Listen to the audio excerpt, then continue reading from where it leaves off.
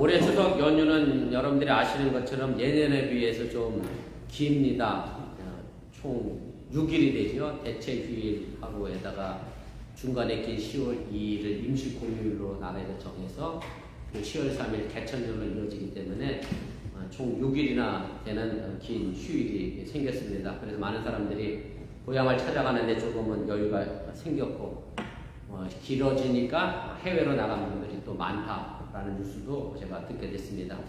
아시는 것처럼 추석은 한 해의 농사를 끝내고 우리 정기사님이 오곡백과라고 했는데 요즘 오곡은 없는 것 같고 아무튼 여러 가지 갖가지 곡식을 수확하는 시기이고 그래서 가장 풍성한 계절이고 그래서 우리식으로 더도 말고 덜도 말고 딱 한가위만 평생 있으면 좋겠다라는 말로 그냥 생겨난 것이 아닌가 그렇게 생각을 해봅니다.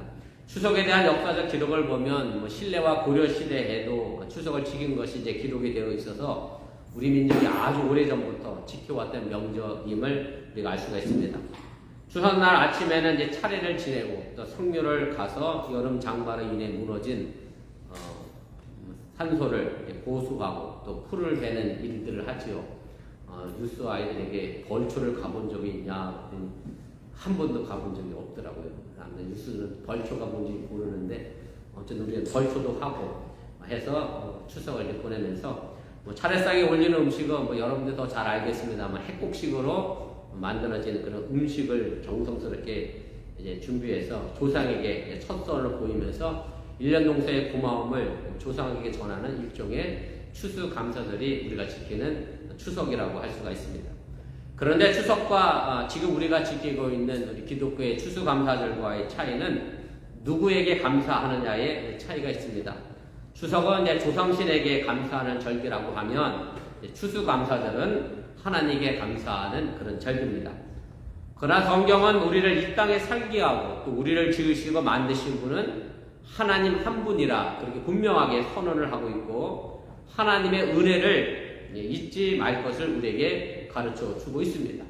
그렇다고 해서 우리 조상들의 은혜를 잊어버리고 살라는 의미가 아니라 우리 인생의 궁극적인 감사는 우리 조상들과 우리를 만들어내신 창조주 하나님께 돌려드려야 한다는 것이 성경의 가르침입니다. 오늘 본문 6절은 바로 이 사실을 분명하게 전해줍니다. 오늘 본문 6절을 보면 어리석고 지혜 없는 백성아 너희가 여호와께 이같이 보답하느냐. 쉽게 말하면 하나님의 은혜를 저버린 이스라엘 백성들은 어리석다, 지혜 없는 백성이다 라고 이야기하고 있는 것이고 하나님은 우리의 아버지시고 나를 지으신 분이시고 또 나를 이 땅에 만드시고 세우신 분이다 라고 분명하게 선언을 합니다. 신학교에서 배우는 학문 가운데 조직신학이라고 하는 학문이 있습니다. 신학생들은 우스갯소리로 조직신학 잘못하면 인생이 조진다. 왜냐하면 조직신학 때문에 이단의 판명이 생기거든요. 조직신학을 어떻게 적용하고 이론을 펼치느냐에 따라서 그래서 그런 우스갯소리가 신학생들 사이에 있는데 영어의 시스템에서 보여주는 것처럼 이 조직신학이라고 한 거는 기독교의 중요한 명제들을 체계적으로 조직화시켜서 창조에서부터 종말의 일기까지 모든 것을 총망라해서 정리한 그런 학문입니다. 좀 더 구체적으로 말씀을 드리면 성경에서 말하는 인간은 무엇이냐? 인간론. 그럼 하나님은 어떤 분이시냐? 신론. 예수 그리스도는 누구시냐? 기독론, 그리스도론. 그럼 교회라고 하는 것이 무엇이냐? 교회론. 죄는 그럼 뭐냐?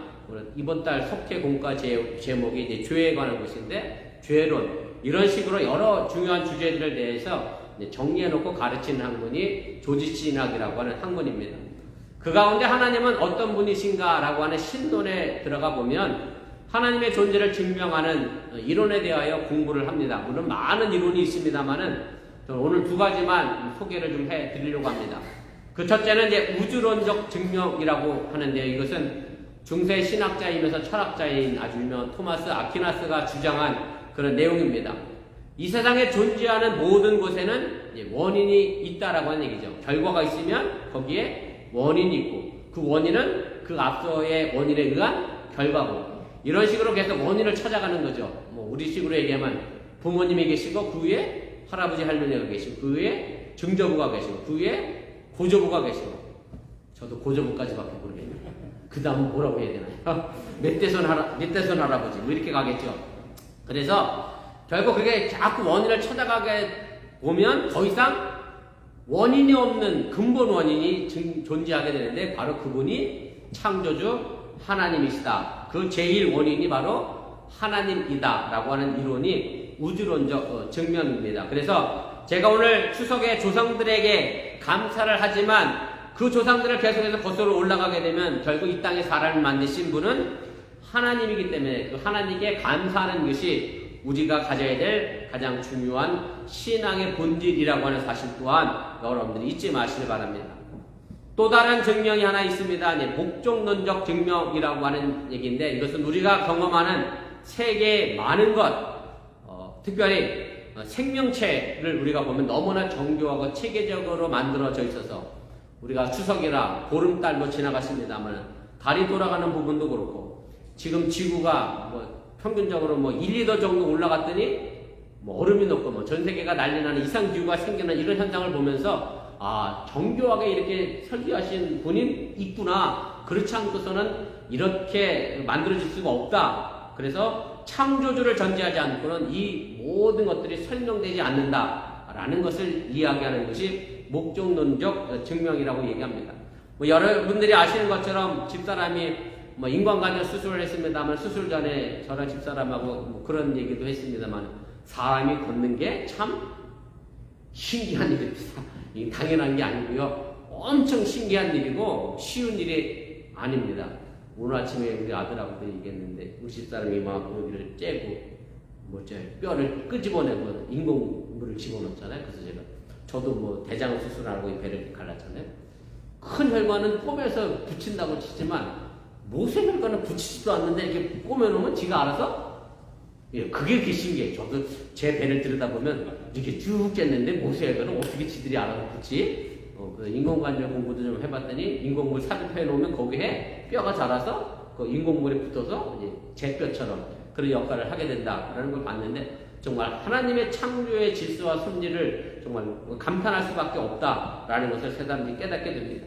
이제 진화론자들은 이 모든 과정을 가지고 뭐라고 얘기했느냐면 우연과 진화의 과정의 결과다. 이 땅의 생명체는 어떤 사람 빅뱅 이론을 통해서 뻥 터졌더니 생명체가 태어났다. 그리고 거기서 진화의 과정을 거쳤다. 라고 이야기를 하게 되는데 사실 진화의 과정을 통해서 이렇게 완벽한 신체 구조가 만들어진다. 라고 생각해 보면 그것이 가능하겠느냐 하면 저는 불가능하다라고 생각을 합니다. 그래서 목적론적 증명을 주장하는 사람들은 이것을 이렇게 표현을 해요. 여러분들이 여름에 데스틴에 놀러 가셨어. 하얀 모래사장 얼마나 이뻐요. 그죠? 그런데 이렇게 모래사장을 걷다가 거기서 아주 귀한 시계 하나를 딱 발견하신 거예요, 여러분. 근데 그 시계가 어떻게 만들어졌겠어요? 파도가 수십만 년 치면서 모래를 깎고 깎다 보니까 뭐가 생겼어요? 거기에 시계가 생겨났다. 목적론적 증명자들이 지혜론자들에게 반박하는 거예요. 그렇게 시계가 태어나게 수가 있는 게 가능하냐? 오늘 아침에 노군이가 하는 얘기. 에이, 그게 말이 돼요? 파도 안 맞춰도 그 안에서 시계가 만들어지지 않습니다. 제가 우스갯소리로 종종 하는 말씀이 있긴 합니다만 진화론이 맞으면 사실은 2020년도 산 자동차가 기어와 현대에서 만들어진 것처럼 2020년도 산 사람이 어디서 내려와야 돼? 최악클라팍에서 내려와야 된다니까요. 근데 지금 안 내려오잖아. 언제부터 안 내려왔을까요? 한참 됐어 안 내려오지. 그래서 진화론이 물론 어느 정도 진화론이 이론적으로 성립이 되는 부분도 있지만 저는 진화론 자체가 문제가 있고 진화론은 우리 생명체 탄생을 설명하기가 불가능하다라는 것을 제가 다시 한번 말씀을 드립니다. 그래서 우리가 잊지 말아야 될 것은 우리를 지으시고 만드시고 세우시는 분은 바로 하나님이라고 하는 사실입니다. 그렇기 때문에 우리는 나를 만드신 하나님의 은혜를 잊어버리고 악을 행하는 것은 개구리가 올챙이적 생활을 기억하지 못하는 것과 같은 어리석고 지혜 없는 사람이라고 오늘 모세는 우리에게 말씀해 주고 있습니다. 오늘 본문은 모세가 자신의 죽음을 앞에 두고 이스라엘 백성들에게 유언으로 남긴 그런 설교입니다. 그래서 오늘 제가 읽진 않았습니다만 신명기 31장 마지막 절에 가면 이렇게 되어 있습니다. 제가 신명기 31장 마지막 절을 읽어드릴게요. 그리고 모세가 이스라엘 총회에 이 노래의 말씀을 끝까지 읽어 들리니라. 그리고 이어지는 것이 오늘 32장의 말씀이고 32장, 33장, 34장까지가 모세가 유언으로 남긴 그런 설교의 말씀의 내용입니다. 그러면서 모세가 이 이야기를 시작하면서 제일 먼저 한 게 뭐냐면 증인을 세웠습니다. 그 증인이 오늘 본문 1절에 등장하는데 하늘이여 귀를 기울이라 내가 말하리라 땅은 내 입의 말을 들을지어다. 모세가 유언을 하면서 이스라엘 백성들에게 유언하면서 증인을 세웠는데 바로 하늘과 땅을 증인으로 삼아 자신의 유언을 남기게 됩니다. 이것은 모세가 하나님께서 천지의 창조주로서 그 주인 되심을 우리에게 알려주는 내용입니다. 그러면 왜 모세가 증인을 세웠을까 하는 겁니다. 여러분들이 아시는 것처럼 증인은 본 것을 본 대로 이야기하고 들은 것을 들은 대로 전하는 사람이 증인입니다. 아주 먼 훗날에 이스라엘 백성들이 하나님과의 약속을 지키지 않았을 때 하늘과 땅이 증인이 되어서서 이스라엘 백성들의 양심에 가책을 주어 다시 하나님의 백성으로 돌아와 그 약속을 신실하게 지켜내기 위하여 하늘과 땅을 증인으로 세웠다는 말씀입니다. 그리고 그 약속은 지금 우리들에게도 주어져 있고 지금도 여전히 하늘과 땅은 하나님의 약속을 일깨워주는 중요한 증인이고 시편 131편에 있는 것처럼 천지를 만드신 그 하나님을 바라보면서 여러분들이 하나님의 뜻을 이 땅에 펼쳐나가는 귀한 믿음의 사람들이 될 수 있기를 주님의 이름으로 축원을 드립니다. 사실 우리의 믿음 생활을 쉽게 말하면 이런 것입니다. 하나님이 좋아하는 것을 내가 좋아하는 것이고 하나님이 사랑하는 것을 내가 사랑하는 것이 믿음 생활입니다. 그래서 바로 여러분들이 이 자리에 있음을 잊지 마시기를 바랍니다. 아주 오래전 한국에서 발행되는 한국뿐만 아니라 전 세계적으로 나오는 것 같습니다만 가이드 포스트라고 하는 작은 잡지에 이런 실화가 실린 적이 있습니다. 영국의 피츠 제럴드라고 하는 부자면서 귀족인 사람이 있었는데 어느 날 갑작스럽게 사고로 그의 아내를 잃게 됩니다. 피츠 제럴드는 아내가 죽고 나서 아내의 모습을 꼭 닮은 10살짜리 외아들을 정말로 더 애지중지하면서 정성껏 돌보면서 키웠는데 근데 결국 이 아들마저도 병들어서 죽고 말았습니다. 그래서 혼자 남은 이 피츠 제럴드는 자신의 남은 여생을 아내를 잃어버리고 아들을 잃어버린 그 슬픔을 달래기 위하여 미술 작품을 수집하는데 남은 일생을 다 쏟았고 그리고 그가 죽음이 다가오자 자신도 유언을 남기게 됩니다.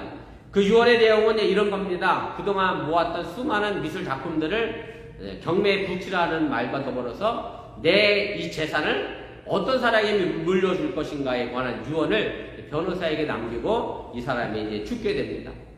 이제 피츠 제럴드가 그렇게 유언을 남기고 죽게 되자 많은 사람들이 그 유언대로 경매에 참여하게 왔습니다.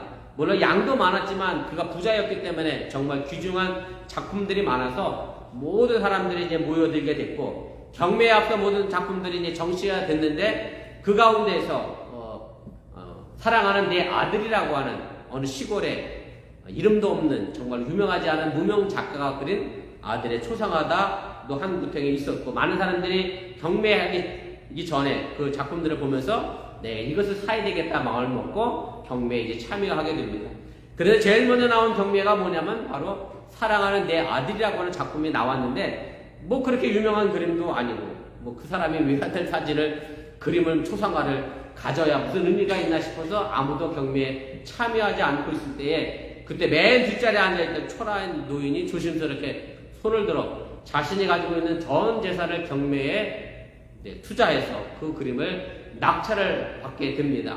그러자 피츠 제럴드의 변호사가 바로 경매를 중지시키면서 피츠 제럴드의 유언장을 읽어 내려갔습니다. 제가 그대로 읽을 테니까 한번 들어보세요. 누구든지 내 아들의 그림을 사는 사람이 나의 모든 소장품을 갖게 해 주십시오. 이 그림을 선택하는 사람은 내가 가장 소중히 여기는 것이 무엇인지 아는 사람임에 틀림이 없습니다. 그러므로 그 사람은 모든 것을 가질 만한 충분한 자격이 있습니다. 뭐 이 이야기를 들으면서 여러분들이 어떤 생각을 가졌는지 모르겠습니다만 같은 이야기를 들어도 생각이 다를 때가 많습니다.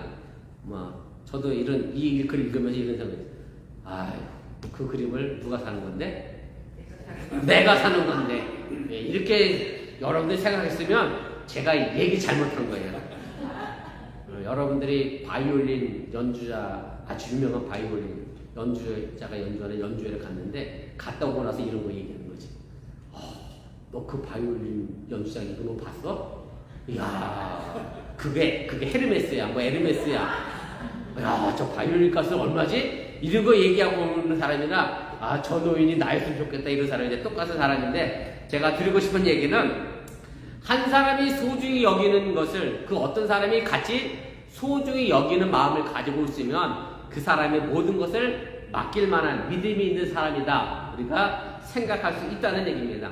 좀 더 쉬운 예를 들어 말씀을 드리면, 한 사람이 좋은 식당을 운영하고 있다가 그 식당을 누군가에게 넘겨주려고 그래요. 아들한테 넘겨주려고 그러는데, 그 아들이 식당에는 관심 없고 왜 딴 것에만 관심을 갖고 있으면 그 아버지는 절대 그 아들에게 식당을 물려주지 않습니다. 그 식당에 애정을 갖고 사랑을 갖고 있는 사람에게 물려주는 게 당연하다라고 하는 얘기입니다.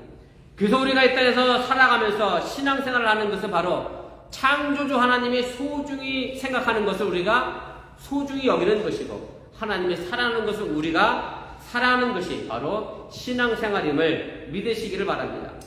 그러나 신앙생활을 알고 보면 복잡한 것이 아닙니다. 하나님이 알고 있는 나, 바로 그 내가 하나님의 소중한 자녀라는 것을 알면 됩니다.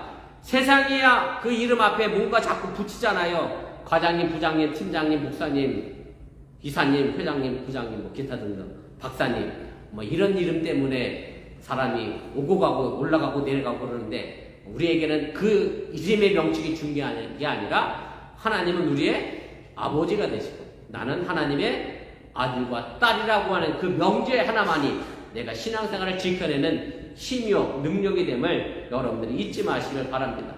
그래서 오늘 본문 5절은 분명하게 이렇게 선언을 합니다. 제가 표준세 번역으로 다시 좀 읽어드리겠습니다. 너희가 하나님께 맞서 악한 짓을 하니 수치스럽게도 너희는 이미 그의 자녀가 아니요 삐뚤어지고 뒤틀린 세대이다.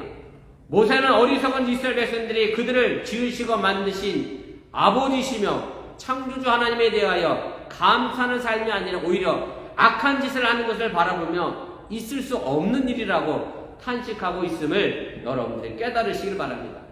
하나님은 우리를 지으시고 만드셔서 하나님의 자녀로 삼아 주셨습니다. 우리가 잘나서 하나님의 선택받을 만한 사람이 돼서 하나님 우리를 선택한 것이 아니기 때문에 더더욱 우리가 하나님의 은혜에 감사해야 한다는 그런 얘기입니다. 만약에 여러분들의 자녀를 사랑함에 있어서 자녀가 공부를 잘하고 내 말을 잘 듣고 짜증도 안 내고 내가 그래서 사랑한다 라고 하면, 그렇지 않으면 사랑하지 않겠다는 것과 똑같게 됩니다.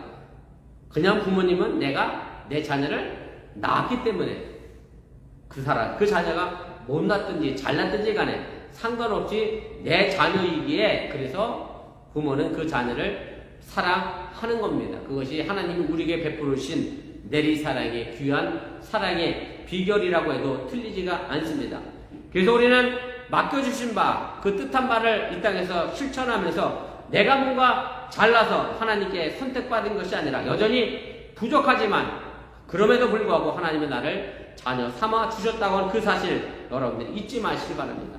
그래서 하나님께서 과거 이스라엘 백성들이 광야에서 40년 동안 출애굽을 해서 가나안 땅을 향해 가는 동안 원망과 불평과 짜증과 화를 냈음에도 불구하고 하나님의 속을 박박 썩여들었어도 결국 가나안 땅까지 이끌어 가셨던 것처럼 여러분들의 자녀가 속을 박박 썩여도 그래도 부모이기에 여러분들이 자녀를 사랑하는 것처럼 바로 하나님은 진실하게 우리를 그렇게 사랑하고 계심을 믿으시기를 바랍니다. 바로 이것을 모세는 오늘 본문 4절에서 이렇게 말해주고 있습니다. 그는 반석의 신이 그가 하신 일이 완전하고 그의 모든 길이 정의롭고 진실하고 거짓이 없으신 하나님이시니 공의로우시고 바르시도다. 여기서 반석이라고 하는 말에 여러분들이 귀를 기울이시기를 바랍니다. 반석은 흔들리지 않습니다. 아무리 비바람이 몰아쳐도 끄떡이 없습니다. 반석이라고 하는 말은 존재의 근거가 되는 말씀입니다. 하나님은 바로 우리 영혼의 깊은 반석이 되십니다. 내가 하나님의 자녀라는 것이 내 존재의 기반에 돼서 흔들리지 않는 신앙생활을 우리가 감당할 수 있는 힘이 된다는 얘기입니다.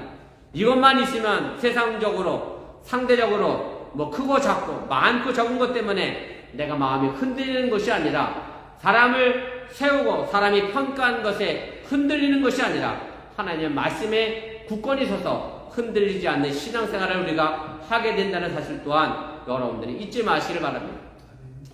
그래서 모세는 하나님이 우리 아버지 되시고 반석이심을 본문 6절에서 질문의 형식으로 우리에게 묻고 있음을 보게 됩니다. 우리 개역개정에는 아버지라고 하는 말을 평서문으로 기술했는데 히브리어 원문을 보면 질문으로 우리에게 묻고 있습니다. 일반적으로 수사학적 질문이라고 하죠. 답은 정해져 있다. 답정료죠. 이런 질문입니다. 제가 표준 세번역으로 다시 한번 읽어드릴 테니까 들어보시기 바랍니다. 그는 너희를 지으신 아버지가 아니시냐? 너희를 만드시고 일으키신 분이 아니시냐? 이 답은 아니다가 아니라 아닌 게 아니다. 너를 지으신 아버지가 맞다. 너를 만드시고 일으키신 분이 바로 그 하나님이다 라고 하는 수사학적 질문임을 여러분들이 기억하시고, 정말로 나를 이 땅에 세우시고 나를 이끌어 가시는 분은 사람이 아니라 천지를 만드신 하나님이라고 하는 사실을 여러분들이 믿으시기를 바랍니다. 지금 우리는 추석이라고 해도 고향에 갈 수도 없고 휴일이 아니다 보니 온전하게 추석을 지킬 수는 없습니다. 그러나 분명한 것은 내가 육신의 고향을 갈 수 없다 할지라도 우리의 마음의 고향이며 영원한 고향, 변하지 않고 굳게 서 있는 반석 같은 고향, 하나님의 나를 향하여 오늘도 끊임없이 나아갈 수 있기를 주님의 이름으로 간절히 축원을 드립니다.